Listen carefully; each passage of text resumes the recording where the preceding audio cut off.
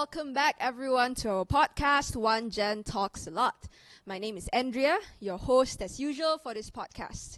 If you're wondering what One Gen is the name of our young people ministry in our church, Kajang Assembly of God. Our podcast is a place where we have conversations with various guests and explore their stories and perspectives in life. So our guest today is, I believe, a very familiar voice in our local entertainment industry. She's the winner of the 2004 Malaysian Idol, and she has won many other awards since too. She's also an actress, having featured in some local films. To be honest, I'm not very familiar with her songs actually, but some of her hits include Gemilang. And the one that I personally know, the only one that I know actually is Aku Negaraku. Yeah, so let's give a very warm welcome to Jaclyn Victor. Woo! Hello. Hi, Jaclyn. How young are you? How young am I? How young do you think I am? I think you're very young. How young? I am 25 this year. Oh, no wonder. Because she knows the song that I did. So if the winning song was Gemilang, Yeah. you know Aku Negaraku was Yeah. So Aku Negaraku many is. moons I remember after. singing this song in school. Yeah, it was So a good song. that's how I know it. Yeah. Yeah. So before we start, maybe we'll just ask you how you're doing today. How was your day? I'm good. We had a very early day today. On a Saturday. Yeah. So we've got some courses that we're signed up for in church.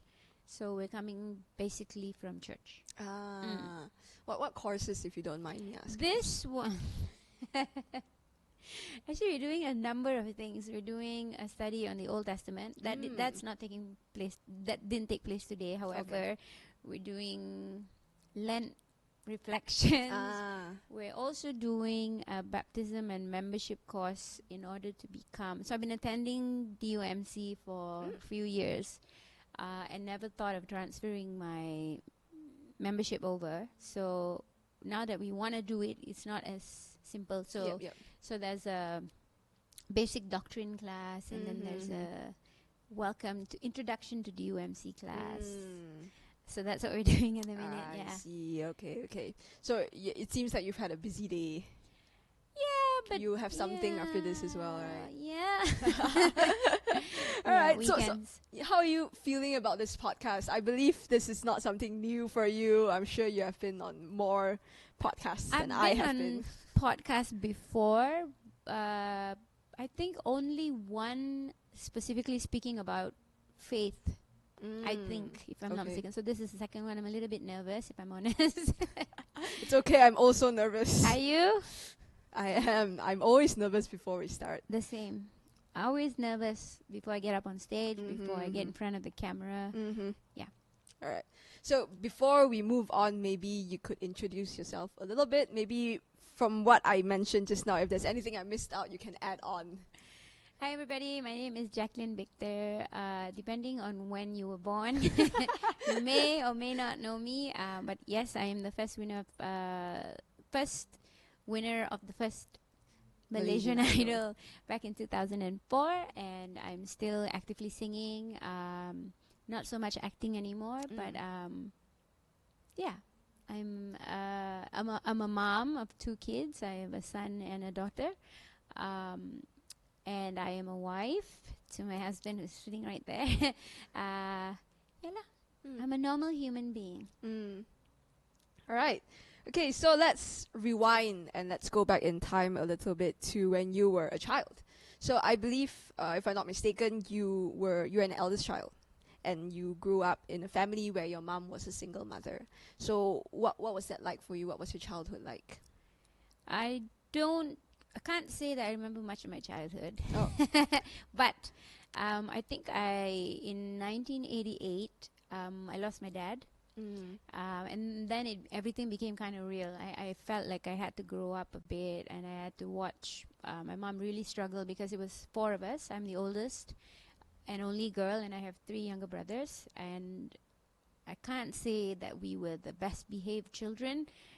So we were quite a riot back then. So I think it must have been really tough on my mom. So just being there and observing, especially after my dad passed, it was just really tough. So it was tough when he was around, and it was tough, even tougher when he'd passed. And so I really saw what my mom had to go through, because she was like 175%. I'm just trying to make a big number here. She was totally dependent on my dad, and on family. She wasn't working, so it was just a lot. Yep. So, and she was only 31 years old when my dad passed, and she had 4 children under the age of 10.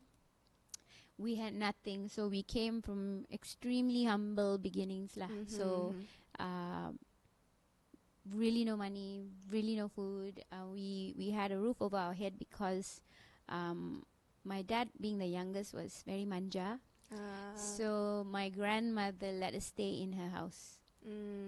See, so she was staying with my auntie, and so we had this house. So otherwise, I really don't know how, you know, like having a roof over your head is something, right? So so I had to grow up really quickly, and I think that was one of the things that drove me to, I used the word to try to elevate the quality of life for my family. When I was able to, I think as soon as I was able to start working, the opportunity fell on my lap to sing.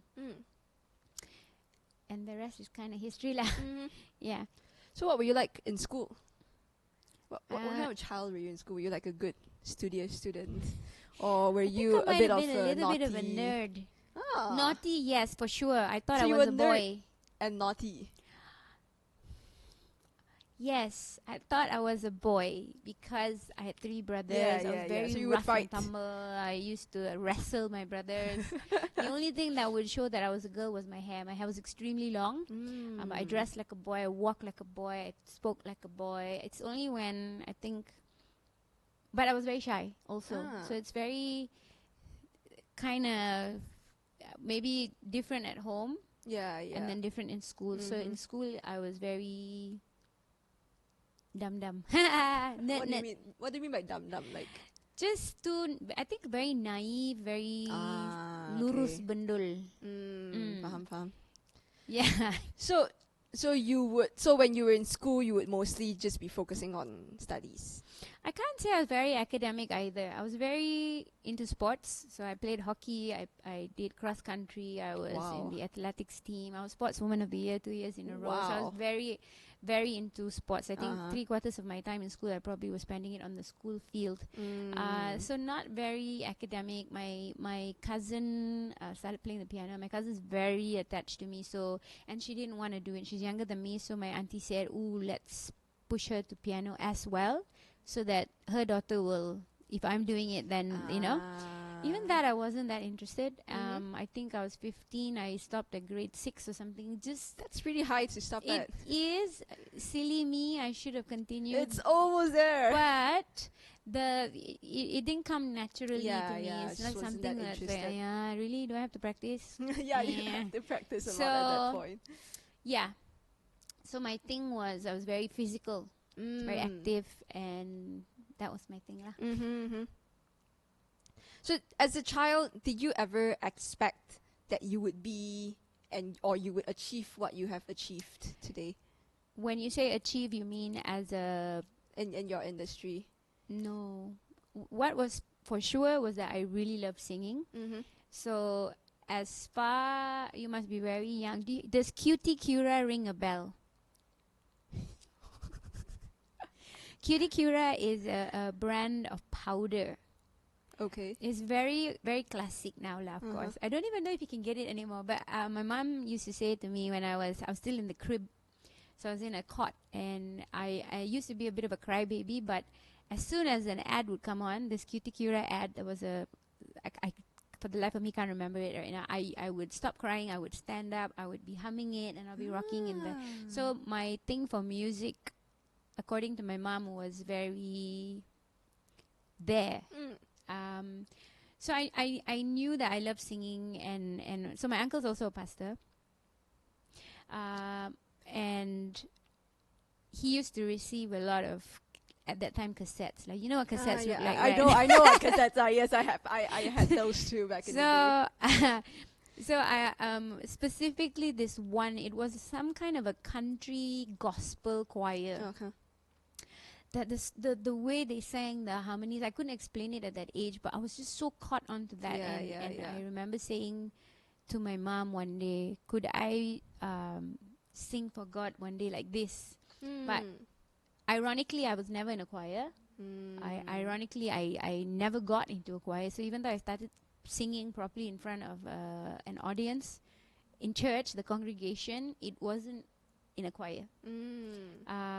So I was always keen on music, and if you were my neighbor back in the day, you probably wouldn't like me very much because you can always hear this girl screeching her head off on top of her lungs. But if you sounded good, I mean, your neighbors who would knows have what I enjoyed sounded it. like back in the day, but so that's one of the things my brothers would say, like, she could never just shut up. She's just always singing. I think I can imagine your brothers being pretty annoyed. Because So- my brother would be too. Yeah, so that I love to sing. If you have time, I will tell you the exact moment that someone actually pointed it out. I think it was after my dad passed, so I might have been in about Center 5. And it might be the same year that my dad passed, actually. So he passed in August, and then it might have been that Christmas. So they wanted some children to, so while they're doing the nativity play, to sit by the side of the stage and just sing carols really softly. So it was me and my cousin again. And we were sat on each side of the auntie who was playing the piano. And so we're just singing. So I'm here and my cousin's over here and the teacher is there and the auntie is there. And she just stops playing. She looks at me and she's like, "Hey, you can sing." And I'm like, so I never really thought about, oh, I sound good, or wow, I can really sing. I never ever thought like that. I just loved singing. I would just do it all the time without even thinking. So when she stopped to say that, I was like, huh? And that was it lah. So every Christmas maybe, or every whatever, then I'd find myself, and I was painfully shy. So to be in front of a congregation, and I was only that age, right? And then to be singing, I would not be looking up, no confidence whatsoever. I'm looking down, and I'd start off in the middle of the skinny, scrawny Indian girl in the middle of church, working my way slowly. So imagine I start here, and then I'm slowly creeping to my piano teacher. So I'm like really shy. Did not enjoy singing in front of an audience like that. Didn't, but I love singing.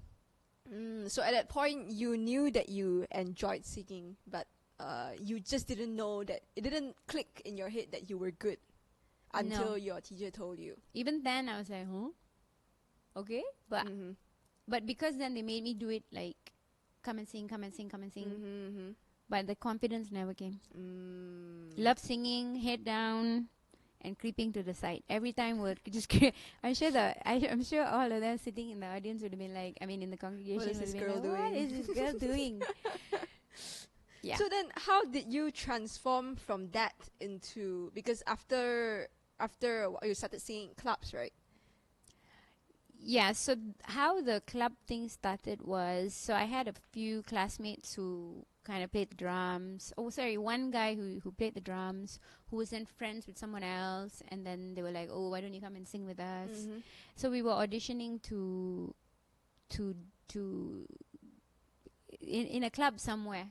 Okay. So the band didn't do very well, I take it lah, because I got called out from that audition to then join the band that I would sing with for a good 8 years, just before Idol. So that's where I kind of, again, I just really hate is a strong word, but that's how I felt, having to, I just want to sing. Why can't you have a curtain and I just stand behind the curtain? No, honestly, I'm like, why do I have to interact with people? Why do I have to like do crowd engagement, dance lah, move lah, dress up lah? I just want to sing. Honestly, I'm like, why can't I just stand behind? So it was. So even at that point when you were actively singing in clubs, you when I still first didn't started. Oh, okay. So when I first started, so I'm here with no experience. I think the only time I'd sung in front of a crowd was a church member had a band in Malacca, and he was like, come and sing for a wedding, and I think it was his cousin's wedding. So that was my very first taste of singing in front of a crowd, but not singing in church, singing more secular songs, the songs that you hear. So that was my first taste. Again, very uncomfortable, but I had all these people with me on stage, so I felt okay lah. Okay. But because I'm so shy, I'm like, do I really have to like, hi, you guys, I hope you're having a nice time. All that was just too much work. Yeah. And I couldn't. I just wanted to sing. So it took me a long time. And I think now in hindsight, I say that was God's way of preparing me for Idol. Even in Idol, it was a whole totally different ball game, because this time you have a camera right in your face. I'm like, and they're like, no, you have to sing to the camera. I'm like, no, I don't like it. No, you have to, because you need to reach the people watching at home. And it was a whole craft, a whole new craft of like, now I have to sing to the camera. No. So it was years and years of learning first to overcome to overcome the shyness, overcome the fear, becoming more confident, learning to, I can't dance to save my life lah. So just to look the part on stage, even if you don't feel it, look it, so that you're standing in front, right? You're the face of the band. You really need to. So it took me a good 8 years. And even then I wasn't 100% ready for Idol. So it was, I would say it was high school, college, university, to get to a stage where I'm a little bit more confident. So if anything, I was only confident of my singing, nothing else. Only confident about no matter how I feel. So that's one of the things that you have to learn really quickly, because people come to watch a band sing. They just want to have a nice time. They don't care if you're in pain. They don't care if you're grieving. So no matter how you're feeling, you have to put it aside, step up on stage and do your job. So that was the only thing. So my heart is going like this, but I'm looking like that. You have to. So that's one of the good things, I think, that I learned. I think it's a good thing that helped me progress. So would you say it was a journey for you, from starting, first of all, to overcome the fear of singing in front of a crowd, and after that having to sing to a camera, and then after that once you have once you won Malaysian Idol, and then a lot of the other awards coming up, you would have to have interviews and things like that. Oh my So goodness, yes. I really didn't like it. So I have to be extremely careful what I say, because there's programs that would cut and chop. You say A, it comes out Z. So I wasn't now very long-winded now. You ask me one question, I will give you several paragraphs in an answer, you know what I mean? But back in the day, I was very short, very like dum-dum a bit. So everything is a process, learning. Everything is a journey. I still think that my journey is, I hope, for a long while more, where I'm continuing to learn, and so it's important for me to, and I don't think too highly of myself, honestly.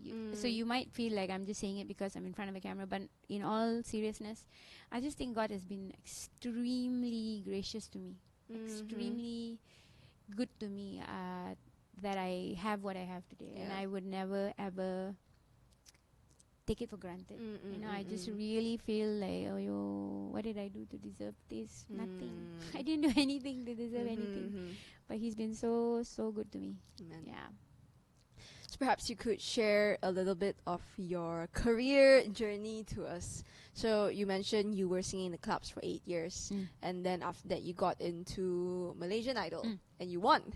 And then so perhaps to the audience who don't know you or your career very well, maybe you could just give us... young. Yes. Maybe you could just give us like an overview of what your career has been like. So I'm in my 22nd year as a singer in the Malaysian music industry. My journey has been amazing. My journey has put me in places where I never would have dreamed of. So just even being in the industry is one thing. I was saying to my husband today when we were on the way here, when I got to the 10-year mark, I was like, wow, 10 years! Like, where did the time go? How am I still surviving in the industry?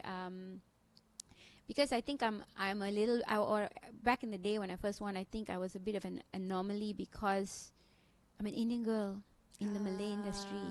So I was so naive at the time. I didn't even understand the grand prize for winning Malaysian Idol was an international recording contract. I'm thinking, yay, I can sing in English. And then I realized, no, it just means an international recording label, but you're in Malaysia and the main language is Bahasa, so you're still going to have to sing Bahasa. And I didn't do a lot of Bahasa songs at the time.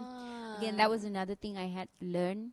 And then as history has pointed out, it was said on national TV, you're like a jukebox, because I was singing in a covers band, therefore I needed to sing everything.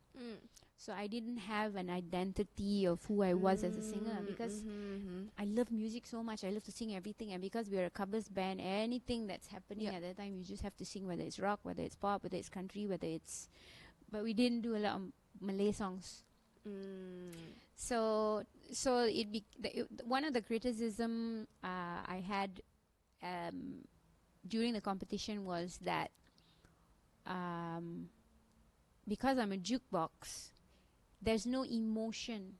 I'm just churning. I don't have to feel. But also, it was the environment in which I was singing. It was a club. It was a hotel, lounge, or whatever it is.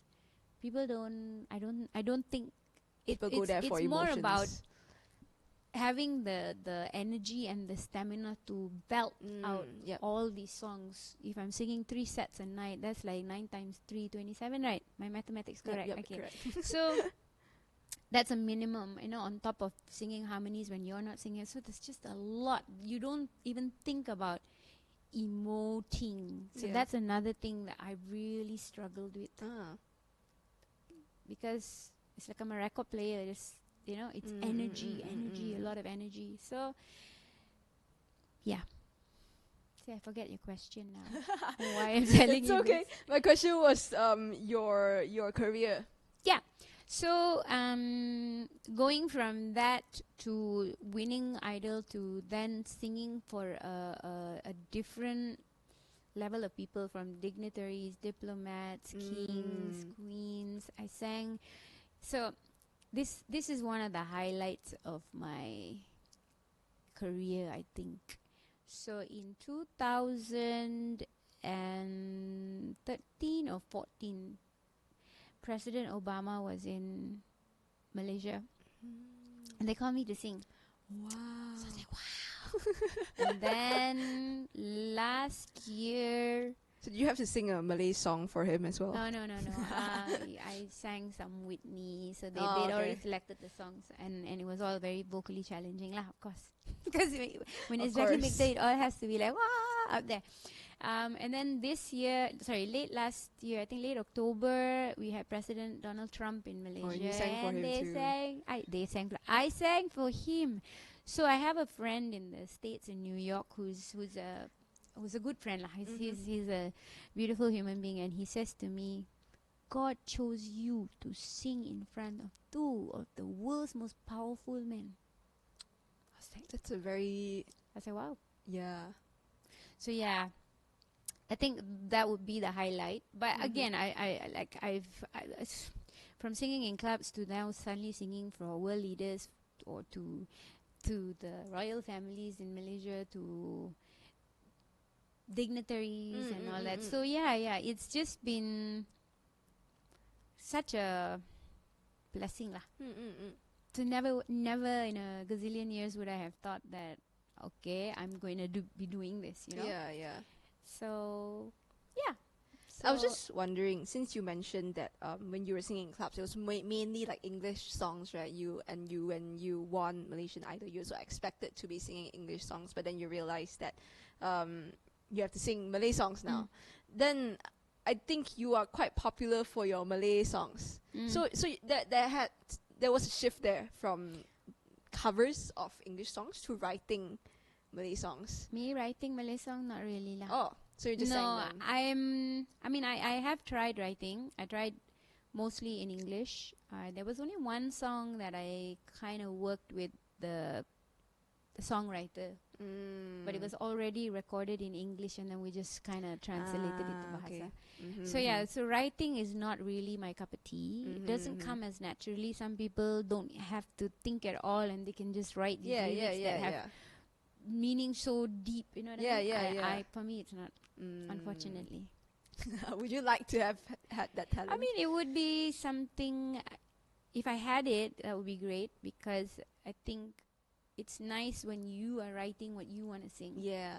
But with my last album that I released 2 years ago, in conjunction with my 20 years in the industry, that one I worked with my friend in New York, two of my friends in New York, Gerald and Adrian, and that one was a lot very personal to me, because even though I didn't write the lyrics, because they know me so well and the things that I've been through, my struggles, my pain, my whatever, they wrote it for me. So on behalf of me, like, if you like, so it became very, very, very personal.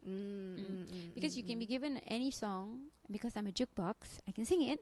But to really, you know, I didn't enjoy singing in the studio. I really didn't enjoy recording. That was something else I needed to learn to. You know, I always have this big band behind me. I have an audience. I'm feeding off their energy, and then suddenly I'm alone in a cubicle in a studio somewhere, and I'm like, So yeah, so it's been an ongoing process, learning to do different things, and some people learn quicker than most. I think I've been taking my time learning over the past 22 years. At least. I think it's fine to take your time to learn. Yeah. So how has that journey been like for you? How do you, when you think back about your journey right now, how do you feel about it? It's been amazing. There's nothing that I would really change. I've always been someone who take it as it comes. You make mistakes, hopefully you learn from it, but I've not been one to regret decisions or regret things that I could have done better. And so you think that when you do something like that, you would learn quickly from it. Pun tidak juga. So yeah, I was very naive, very lurus lah, bit dumb. So that would have been a real struggle for you coming into this industry, right? Because it's not as, I would imagine it's not as simple. It can be pretty complex in the entertainment industry. I think there's a expectation. There's a very high expectation of someone who's in the limelight. The way you dress, the way you talk, the way you look, the way you behave. I don't know that it's tough. It's just, I think for me, it might have been like people always watching, people always talking about you, and not necessarily always good things. So I struggle with that. I struggle. I don't think. I think I like people. I like to be liked. I don't know if that's a bad thing. Meaning, I don't know that if that means I'm a people pleaser, but I like to be liked. Yeah, because I think that's pretty normal. Especially when, I don't think that I'm saying that I'm a good person, but I'm not a bad person. I think. I don't think you're a bad person but either. You know what I mean? It's like, I don't know what I'm trying to say actually. I like to be liked. Yeah. But not everybody wants to give you what you want. Especially in an industry like this. Everybody has something to say. Yeah, definitely. And so it upsets me. Yeah, because you can't speak about me because you can. That's how I feel. You can't speak about me because you don't know me. Yeah. But people want to say things, and it's more obvious in the past. I don't know, social media age. It's just become something really bad. I've really had to learn to. So my mom said this to me during Idol, one of the shows, and one of my favorite songs that I used to scream, and my neighbors will remember till today, is Superwoman. You probably don't know this song. So I loved the song. I used to sing it all the time. So I had a chance during one of the rounds in Malaysian Idol. It was a piano round, and I chose that song. And it's a really hard song to sing, right? So again, what I learned during my club days is no matter how you're feeling, no matter what, you have to look confident. So this is something that I've been doing every day. So I have to look confident lah. Even though I'm scared, even though my heart is going, but you have to appear like confidence. And someone said, "Oh, who does she think she is? She's so confident." So I'm like, is confidence a bad thing? So that really upset me because I'm not confident.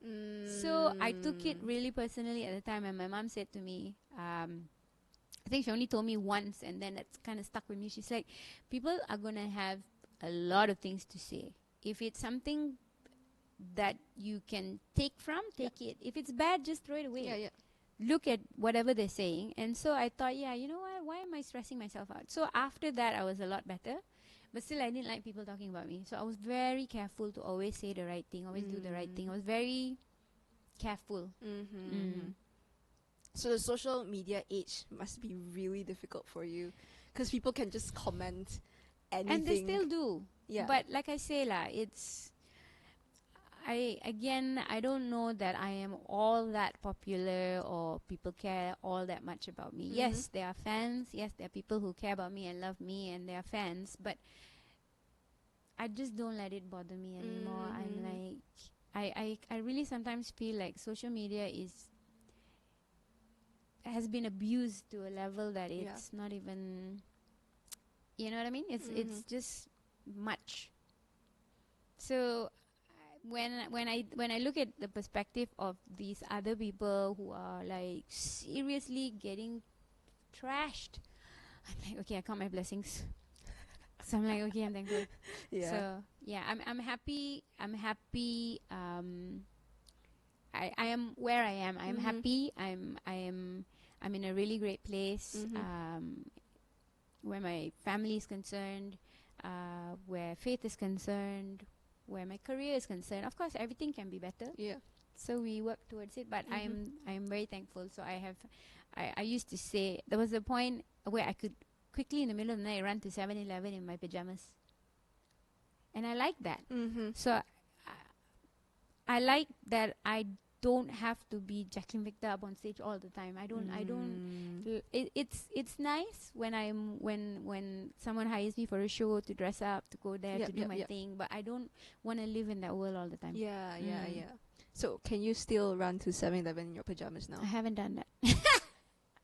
No, I haven't done that. Maybe you should this try is very early on in my career. Maybe you should try it and then see whether anyone recognizes you. Then you can give a surprise. They do. Trust me. It's my hair. My hair is a giveaway. Actually, I don't even like wearing makeup these days unless it's absolutely necessary. So today I'm very tired, so I put on my face. But usually, even when I go to church, so they say, go on your Sunday best, go with your best. But I feel like I don't want to have my makeup on because God knows who I am. God can see me. So I don't. Also, I very malas to take off my makeup. So yeah, it's a process. So speaking about faith and church, what is it like being a Christian in your industry?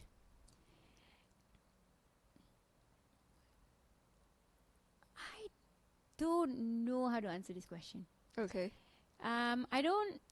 Okay, so I had an experience about 5 years ago. 6 years ago. I had an experience that completely flipped my faith journey. So I was born a Christian, in a Christian family. I used to go to church. I was very, very, around the time that my dad passed, I found myself really praying a lot because I could see what was going on and I knew the situation that my family was in. So I was very, very, I used to give God so many ideas, like as if God doesn't know, right? Because we were so ideas. young. God, maybe you can do this. You could. No. It wasn't like asking for materialistic things. Okay. It was more like, because I saw how my mom really, really struggled first with losing her husband, Yep. where she was completely dependent on, and then now I got these 4 young children. I have no money. There's nothing, zero, and I have to start from scratch. I have to go to work. Who's going to take care of the kids? So I saw all this, and I thought to myself at that time, what if now it's the 4 of us, and one of us, something happens to one of the kids, the pain that my mom would have or to go through, or what if we have 4 kids here and then something happens to my mom. Yeah. So I'm giving God ideas. If you want to take one, take us all. Like this, like that, giving God ideas. So I used to really pray because it was very hard to see my mom at that time. So, why am I telling you this again? Your faith. So you used to go to church a lot. But then when I got to an age, I want to say late teens, something shifted and I just got so I started singing in clubs about that age, I think maybe late teens, whatever lah. Something shifted again and I was completely no interest to go to church, no interest to pray. I know who God is. I know how good God has been. So it's not like I renounce God or whatever, no. But I just didn't choose to have a relationship. So for whatever reason, for the life of me, I cannot remember. So you still now. kind of believed, but you No, just I know never... who God is. Yeah. I know. I'm well aware, but I just didn't choose to have that relationship with Him. So that went on for a long time. And then every now and then, I'll find myself going to church. Altar call, I would be bawling my eyes out. I'm so convicted. So I know, I am aware, I should be doing this, but I'm not. So I always found myself making excuses. I'm too busy. I'm too tired. Oh, Sunday morning I have to get out and go to church. Saturday I'm busy, cannot go. So I always found. But then, like I say, when I do find myself in church, altar call, tak boleh tahan. Cry, go up, pray. But then I wasn't making a conscious decision to change, you know. So despite all that, I felt like God was still so good to me. Malaysian Idol, and subsequently everything that happened. So what happened in this last couple of years, I don't know how much time you have. I think we still have a bit of time. Okay, so what happened was, so the thing about me is that I'm a very big scaredy cat. Very scared of cerita hantu, scared of hantu lah, basically, simply put. So I've had really traumatic incidences where one of my aunties was possessed in the house. I just had all this when I was younger, right? And I'm just so scared. The fear is so great. So I'll be walking somewhere and all I can think of is there's things around me. So not that I can see, not that I can smell, but there's this fear that's so inbuilt. That I'm like, I do not want to experience something like that. Let's say a possession, my auntie gets possessed, and it's an ongoing thing for like 4 hours, and I can't go back to sleep. Starts at 2 in the morning until 6 o'clock, and I'm scared to go to the toilet after that because it's right at the back, and my auntie said she saw something there, and I'm just like freaking out. So I've always been like that. I'm walking down there, suddenly I smell some kind of weird flower. I'm like, ugh. You see? So I have a friend whose name I shall not mention, who got into a bit of trouble, and then to get out of that trouble, she went down a path not so good lah, which then invited a lot of spiritual attacks. And I was very scared because she got to a point where she can look at you and tell you things about you.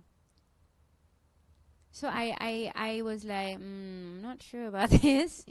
But she's a dear friend, and she used to do my makeup at the time, and so she says to me, I got an invitation to go and sing somewhere, East Malaysia.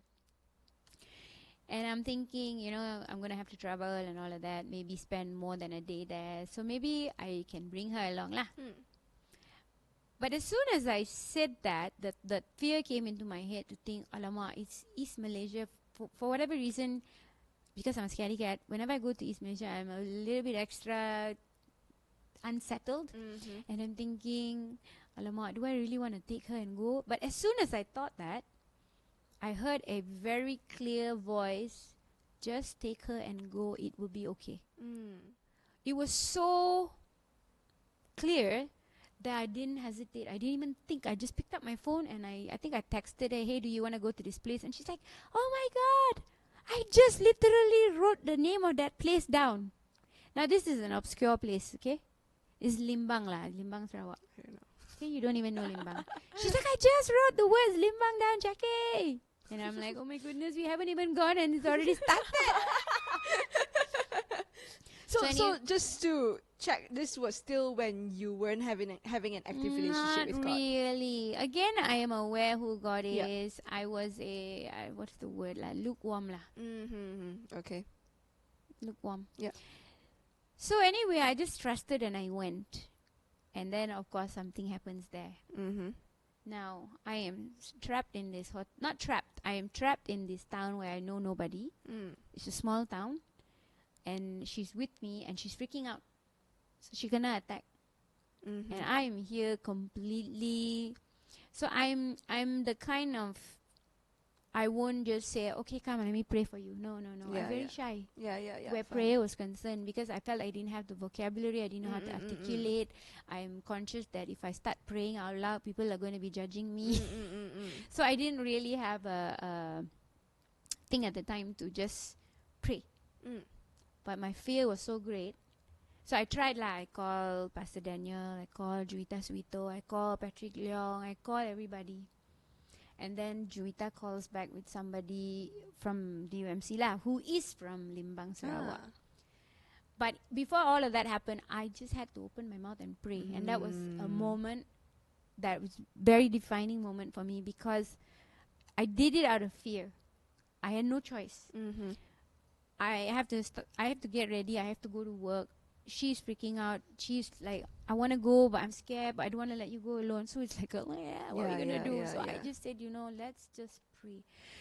And I just gathered all that I had within me. And that was, like I said, the defining moment. It just felt like a tap that you haven't turned on for a while. It's now gushing with water. That's how I feel like, for me to describe it. And that was it. That was it. After that, so previously, if anyone says, hey, come, let's do this, something in the church, I'll be like, don't want. And then Sandra, who's still with DUMC, she's like, hey, come, let's journey together, kind of thing. And I'm like, yes, I'm coming.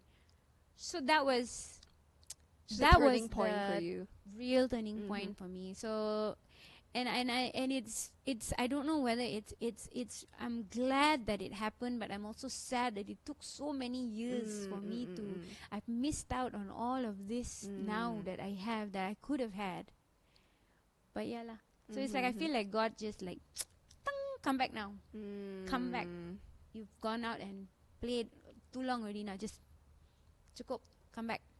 And this happened about a month before another competition I took part in.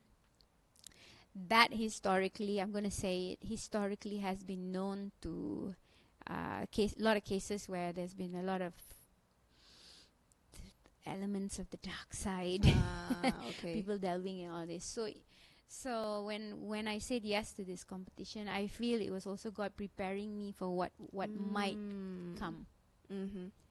And I was in such a good place that I didn't care. So previously, so being a Christian in the Malay music industry, I don't think I'm that popular also because I'm not Malay, I'm not Muslim. That has never been a thing, because no matter what, I wasn't going to turn away from God just to appease anybody, just to make it easier for me. If I was a Muslim I couldn't see myself doing that. I felt such a great responsibility. It sounds silly saying it. I felt like a great responsibility for the Christians in the country, like as if I was their last hope. It sounds silly me saying it, like if like I'd be letting down not just God but everybody. But I love God too much to, even when I wasn't in a relationship, I like I said, I knew how great God was and all of that, but I don't know lah. I don't know what the word is to describe why I was so bodoh. Like I think it takes discipline as well to have that relationship with God. Like you can be aware that okay, God is great and I love God and all these things. So I didn't understand it, I think. So even though I was brought up in the church and all that, it didn't click for me at the time. Would you say you never really experienced God until that moment when with your friend? I don't know.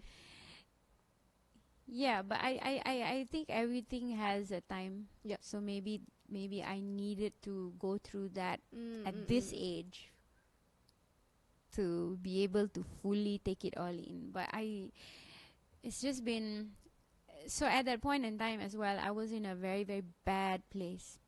Bad relationship, bad people around me, doing like really bad habits, involved in just not anything illegal, but just bad lah. Yeah, unhealthy. So I just found myself, I think even before this Limbang incident, I just slowly found myself coming out of, like, let's say if I was drinking excessively. Not let's say, like I was. I was because I was in a I was involved in a restaurant bar at the time. And so it was just the nature of the business, and so it was norm. I didn't think drinking alcohol was a bad thing. Yeah. Bodoh kan? No, honestly. So I didn't see that I'm doing anything wrong. I'm whatever lah. So I just found myself, I got to a point where I just said, you know what, I don't want to do this anymore. So I pulled myself out of the drinking. I was still involved there, but I still had all these, I want to say bad people. I shouldn't be unkind, but people who were not good for me. Around me.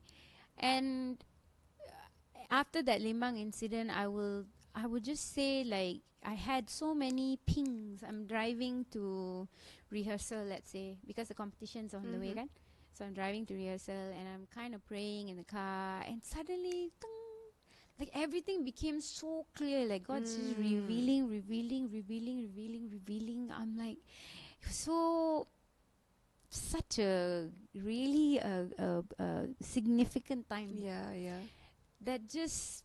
That's why I was happy that I have this with God now, but so sad that this could have been, it could have been it all the while. But yeah, so my faith journey since then, I'm so sorry I'm talking so much, but my faith journey since then has been just crazy.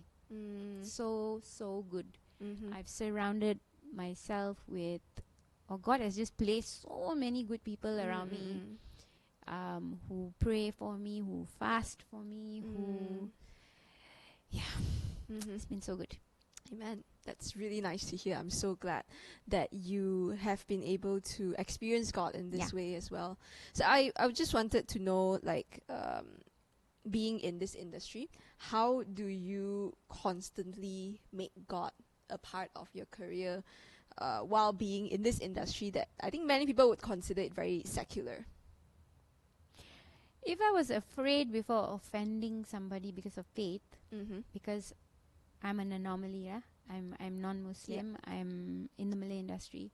So before I would have been very, like, don't speak about faith at all, just be light.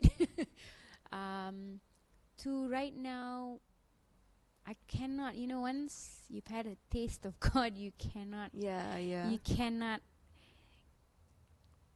deny how, and so I have had opportunities where I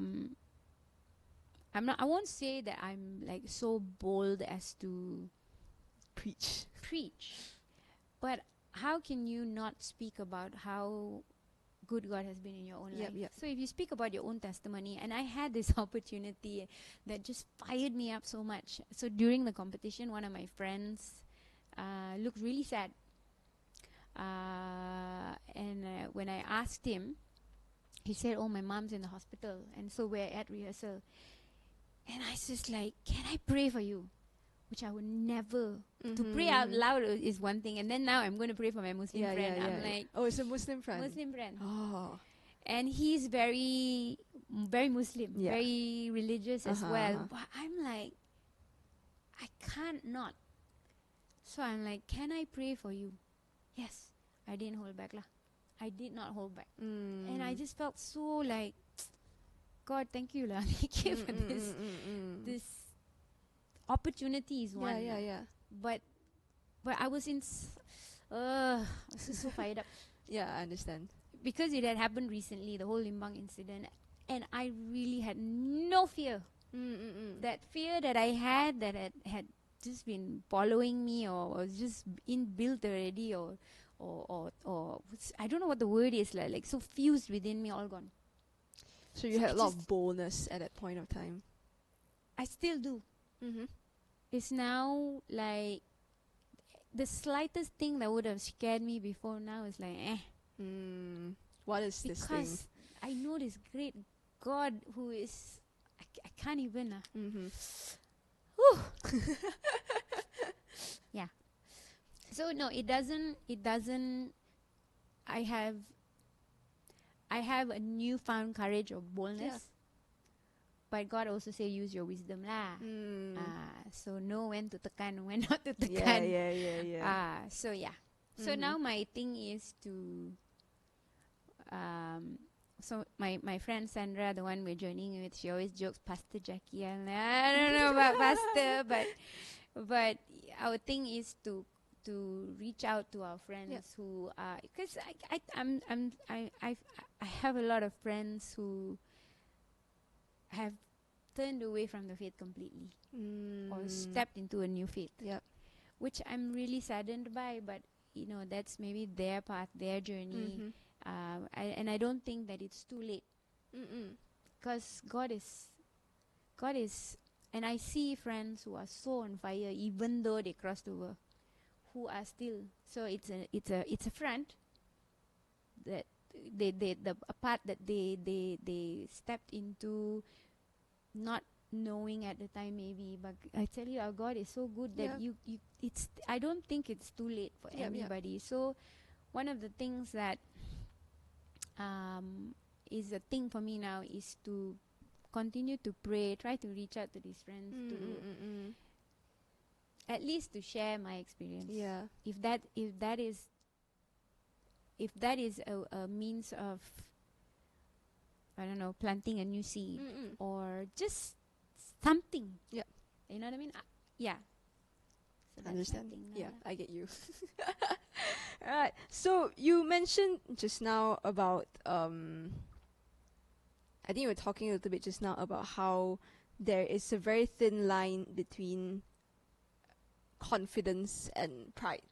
I don't quite remember if we were talking about this before we started recording or after we started recording. I think perhaps before we started recording. Yeah, so my question for you is, having this level of success in your industry, I think it's a pretty big level of success. Thank you. Do you struggle with pride? I've had many times over the years people ask me, how come you are still so grounded, or how come fame hasn't changed you, and I'm like, do I have to change? Because I'm aware of who I am, where I am, and I think I'm in a pretty special place lah. Because I'm not your typical. Yeah. So for me is, again, I was having this conversation with my husband on the way here, and I'm like, why do people assume that I need to change? Why do I, whatever? And he said, people just do. People just do, because they look at you and they see Jaclyn Victor, but you're just Jackie. But what he pointed out was God's grace. So I said, I think the question I asked was, do you think God's given me this gift of my singing, my voice, because I went through so much as a child? Because of the struggles, the not having food, like literally we did not have food. We'll have neighbors giving us food that was already turning, you know. Yeah. But it broke my heart a bit, but I was grateful that okay lah, it's turning, I can still eat it There is- quickly. it's You know what I still mean? food, It was yeah. still food. So I came from that. Yeah. So is this God, not say compensating, but has he given me this to see what I'm gonna do with it? And he's like, no. I was like, what did I do to deserve this? Nothing. It's grace. You Yeah. don't deserve it. Yeah. You didn't ask for it. He chose you to give it to you lah. So that was again something that I never ever thought about. I always think, oh, God has blessed me, God has blessed me, God has blessed me, but I didn't think why. Why am I special? I didn't, but in conversation with him earlier, he pointed out it's just grace lah. Yep. So that's why I say I'm a bit naive, because I'm 47 going on 48 this year, and some things are so simple and I still don't see it, and I just like, now I see it, I'm like, yeah. So why haven't I changed, or how does it keep me from, because I everything that I have, God has given it to me, everything which he can also just take away like that. So I'm very aware of that, and I'm not trying to have him take it away from me, and that's why I'm behaving myself. No, I know where I came from, and I may well go back there, but I am just grateful for everything that he has given me. He's given me so much. Oh my goodness, I can't even. So much, so many things that I have done wrong in my life, and he's still so good. So I will never let anything distract me from, so God is everything, I'm nothing. I will never forget that. I think that's a really good mindset to have, because I think a lot of the times when people get a taste of perhaps fame or perhaps being in a position of power, they forget that these things have been given to them. Sometimes they didn't deserve it, and then they were given this freely, and then they start being proud, they start feeling entitled, they start feeling privileged, and they don't remember that I used to have nothing and God gave me all these things. So I think it's really, really inspiring that you have this mindset, and you stay grounded, and that you stay grounded in God and the knowledge that whatever that you have has been given by him. Totally. All right, so I have one last question for you. Have you ever wished that you were not in this industry?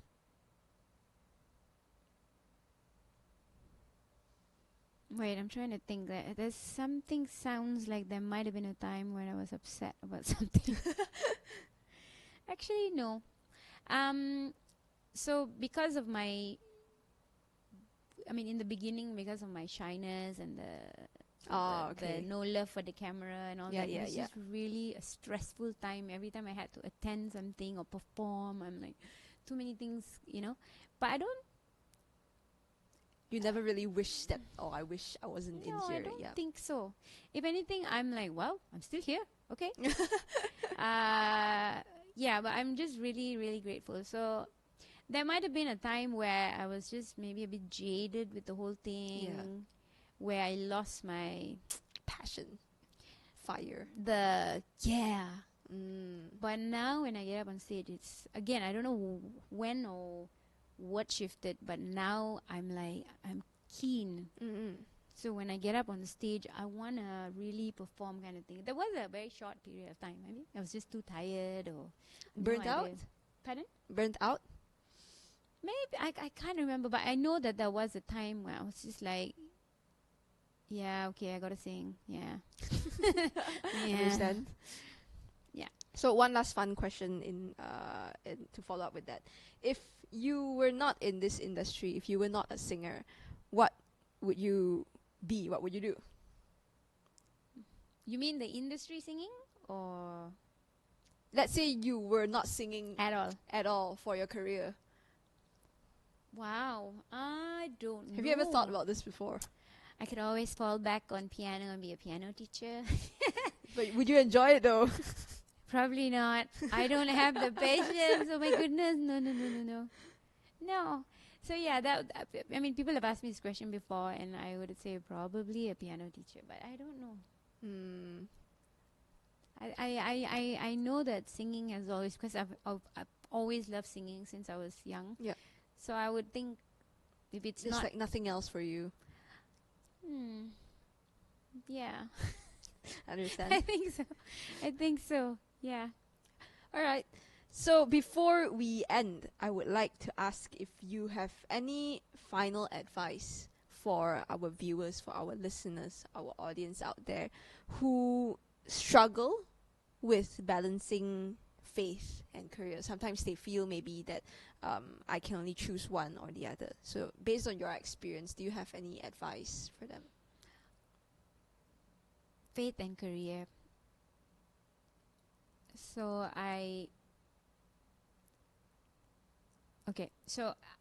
I've been attending a cell group. That also is only something that I started doing after we got married, which was last year. And before this, if you ask me to join cell group, I'm like, nah, no. So I always felt like being. I'm very much a people person, but the idea of being in a community like that, I don't know what I was thinking. So maybe it's the accountability bit, maybe it's the, do I really have to share all my personal stuff?